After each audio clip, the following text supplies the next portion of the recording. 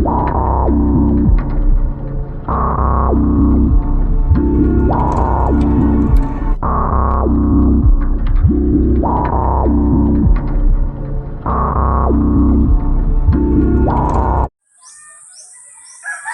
may kwento guys yung itong nyug na to. Sa kwentong iyan ay isang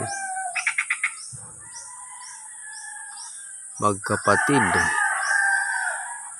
na nawala ang kanilang maaga pa nawala ang kanilang inatama at ang natira na lang ang kanyang tiyahin at sila ay pinalaki, ngunit dahil sa sobrang sakim sa kayamanan, inangkin ng kayamanan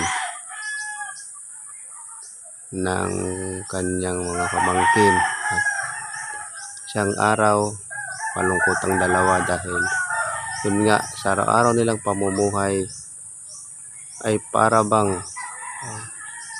tinakriban sila ng langit at tinutusan pag-igib ng tubig ni isang basket. Paano makakapag-igib?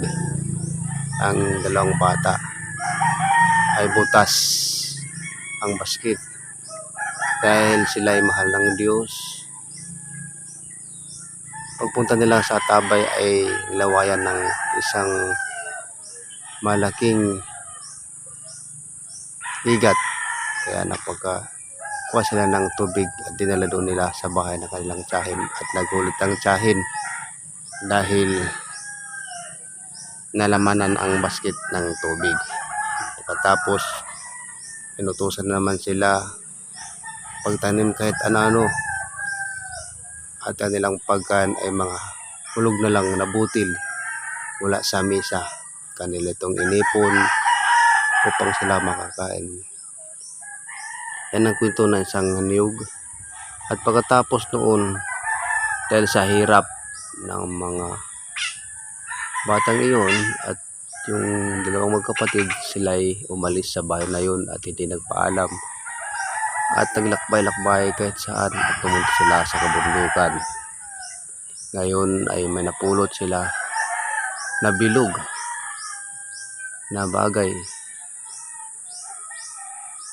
o bilog na pagkain, hindi nila alam na yun ay niyog, at dinala nila sa bundok. Nagbahay-bahay sila doon hanggang umabot ng ilang taon.